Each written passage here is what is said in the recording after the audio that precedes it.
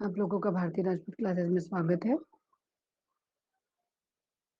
मुझे आशा है, उम्मीद है कि आप लोगों को मेरा वीडियो पसंद आ रहा होगा। प्लीज़ मेरे वीडियो को लाइक, शेयर और सब्सक्राइब ज़रूर कीजिए। थोड़ा काम चल रहा है, कुछ नॉइज़ पॉल्यूशन है। तो चलिए हम पढ़ते कक्षा 7 का पाठ 4 दिल्ली सल्तनत का विस्तार कैसे हुआ? दिल्ली सल्तनत का विस्तार हुआ तो कैसे हुआ? ठीक है।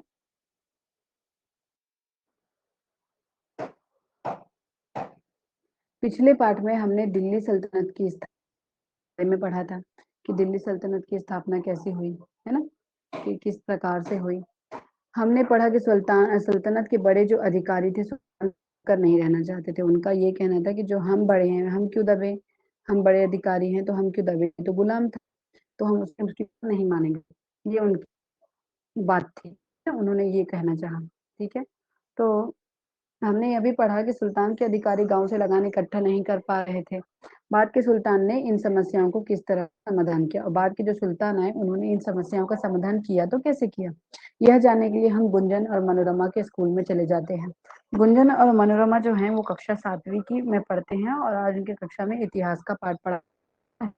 शिक्षक बता रहे थे कि बलबन की मृत्यु के कुछ साल बाद की मृत्यु हो गई तो कुछ साल बाद 1290 में जलालुद्दीन खिलजी सुल्तान बना। कौन बना? जलालुद्दीन खिलजी सुल्तान बना। जलालुद्दीन खिलजी उदारता और क्षमाशीलता को आधार बनाकर मतलब बेस बनाकर शासन करना चाहता था, लेकिन कुछ सालों बाद उसके ही भतीजे अलाउद्दीन खिलजी ने उसे छल से मार दिया और खुद सुल्तान बन गया। अलाउद्दीन खिलजी ने गुंजन ने शिक्षा से पूछा, गुरुजी इन सब घटनाओं की जानकारी हमें कहाँ से मिलती है, कैसे मिलती है? तो शिक्षक ने बोला, आपने बिल्कुल ठीक पूछा, मगर यह तो बताओ। उसने कहा कि आपने बिल्कुल ठीक पूछा, मगर यह तो बताओ कि अशोक या हर्ष जैसे पुराने राजाओं जो इनसे भी पुराने थे, उनके बारे में हमें कैसे पता चलता है? डॉली ने जवाब दिया कि शिलालेख, ताम्रपत्र और सिक्कों से हमें पता चलता है और कुछ किताबों से पता जो इनके काल में लिखी गई थी।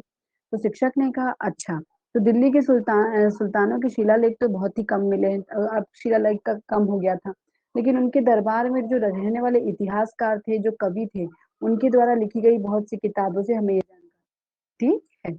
प्राचीन काल के राजाओं में कुछ ही राजाओं के शिलालेख मिले हैं। जो प्राचीन काल के राजा थे उनसे कुछ राजाओं के शिलालेख मिल पा बारे में या फिर कुछ भी जानकारी नहीं मिलती है, ना बराबर जानकारी मिल पाई है।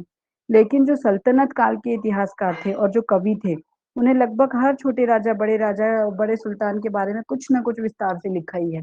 इनके अलावा इन सुल्तानों के सिक्के और उनके द्वारा बनवाई गई इमारतें भी हमें बहुत सी जानकारी देती हैं और हमें इनसे जानकारी मिलती है।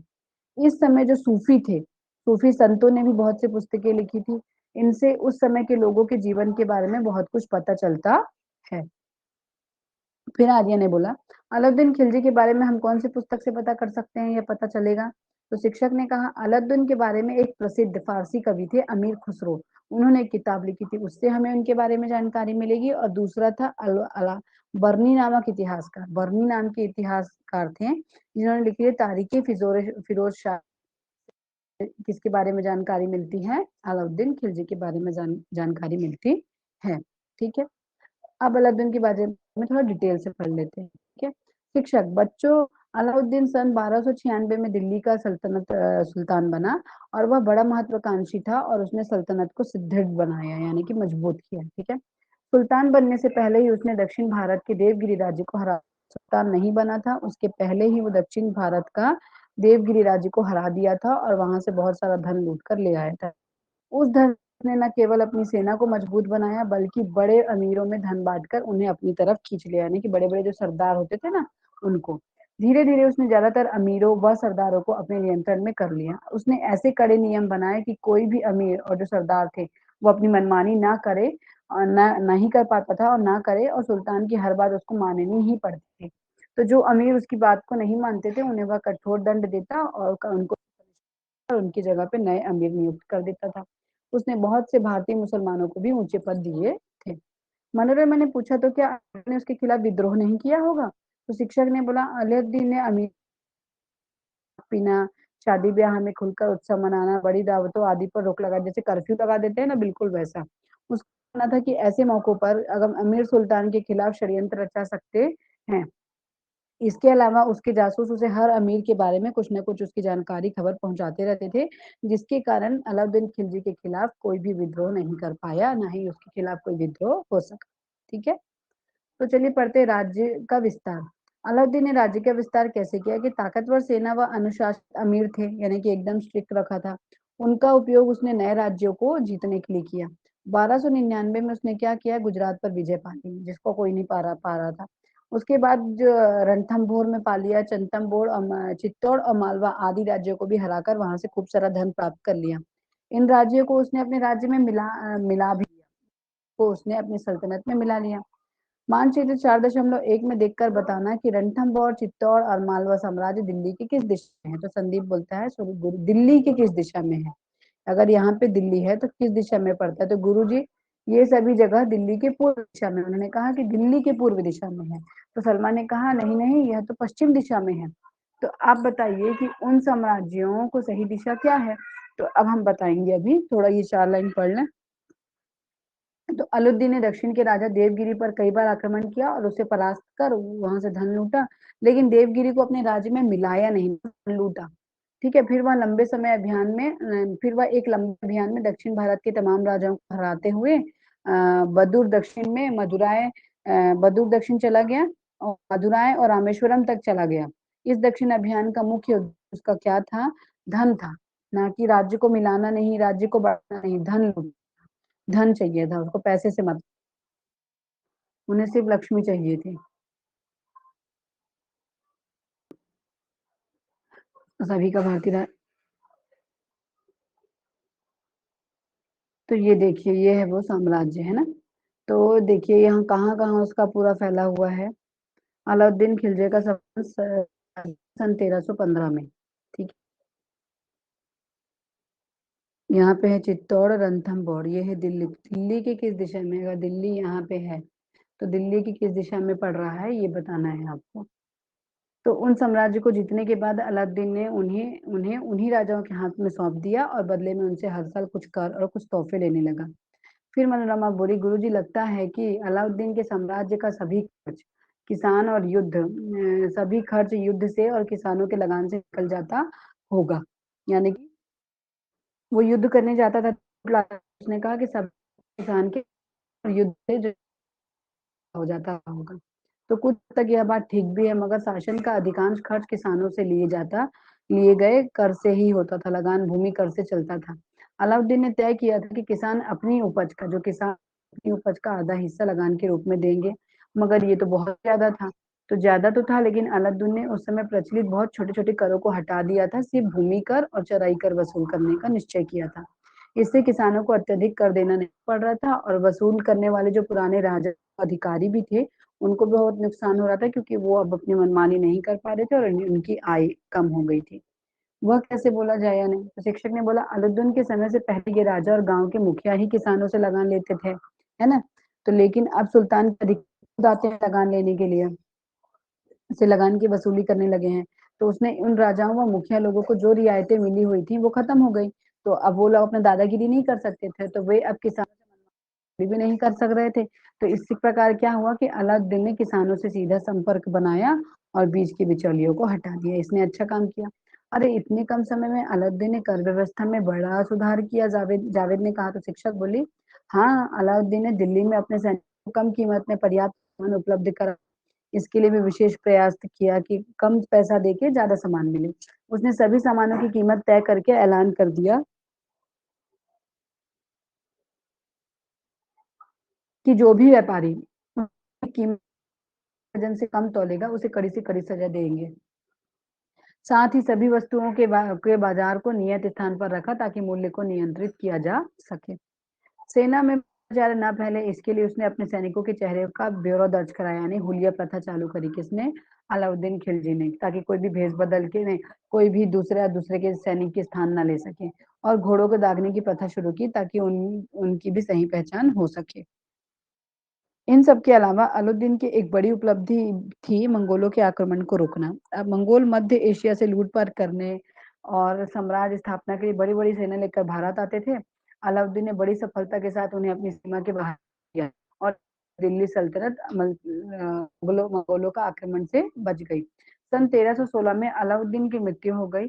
इसके मरने के कुछ ही साल बाद दिल्ली में एक नए वंश की स्थापना हुई जिसका नाम था गयासुद्दीन तुगलक। और ये किस वंश की स्थापना करी है इसने?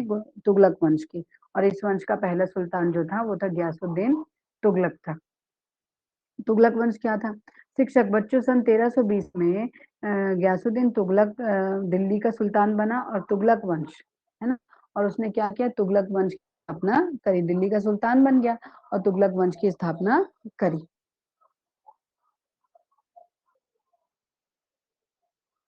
और दिल्ली की है ना, राज्य है ये। देखिए कितना बड़ा तुगलक साम्राज्य है, यहाँ ऊपर से लेके पूरा नीचे तक गया है। ठीक है। स्थापना की उसने, अलाउद्दीन की कठोर नीतियों को छोड़कर उदारता पूर्वक शासन करना चाहा। उसने दिल्ली के पास तुगलकाबाद नामक नगर स्थापना की और 5 वर्ष शासन करने के बाद उसकी मृत्यु हो गई। उसके बाद जो मोहम्मद बिन तुगलक था, पहले तो कौन बना? गयासुद्दीन तुगलक। अब मोहम्मद बिन जो तुगलक था वो सुल्तान बना। वह बहुत ही विद्वान, बहुत ही महत्वाकांक्षी, यानी बहुत सी चीज हासिल करना चाहता था और दूरदर्शी शासक था, दूर की सोचने वाला था। उसने बहुत सी योजनाएं लागू की जिनके कारण इतिहास में उसका नाम बहुत ही ज्यादा प्रसिद्ध, चीजें उसने ऐसी की जिससे उसका नाम बहुत ही ज्यादा प्रसिद्ध हुआ। तो मोहम्मद बिन तुगलक की ये योजनाएं भले ही असफल हो गई थी, लेकिन एक काम तारीफ के काबिल था। वह किसी को ऊंचे पद पर नियुक्त करते समय